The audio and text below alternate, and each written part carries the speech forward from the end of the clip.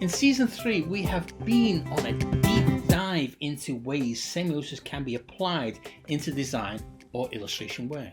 The episodes this season have also led you all to a surprising revelation that you have always been semiotic encoders. In the next 3 episodes, the focus was on the fundamentals for beginning semiotic encoding, what meaning needs to be encoded, and how to begin. We began with 3.5 semiotically building meaning. This episode reminded you all, or in the case of newbies, introduced you to a fundamental of semiosis within visual communication design: iconic representation. From this micro visual communication building block level, episode 3.6 began to show how meaning and messages can be blocked into visual communication work, or encoded if you want to be precise.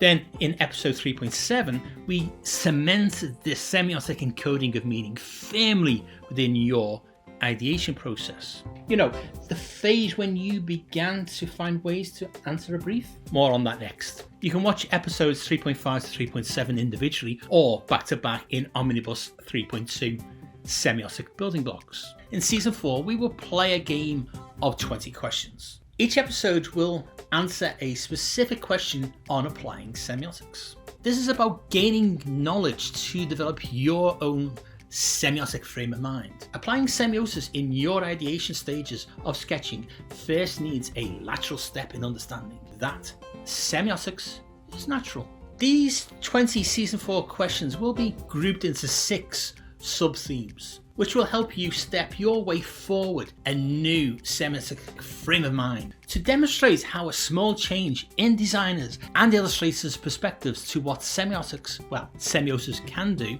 I will answer the following questions. 4.4. How will audience perspectives benefit our creativity? Yes, change your creative perspective through your audience's perspective. 4.5. How can hypothesis improve creatives' ideas? We see how the logic of design is your semiotic friend. 4.6. How can people rapidly grasp visual meaning? With a small micro semiotic awareness, your audience can be hooked. It is now at this stage of the micro decisions during ideation that Peirce's semiotic theory can accelerate your creative choices in visual meaning bearing. Therefore, the next sub-theme of questions focus on simple things, the lowest level of semiotic communication. You know, the initial things you already sketch when starting any new creative project. This season's theme was encoding semiotic science.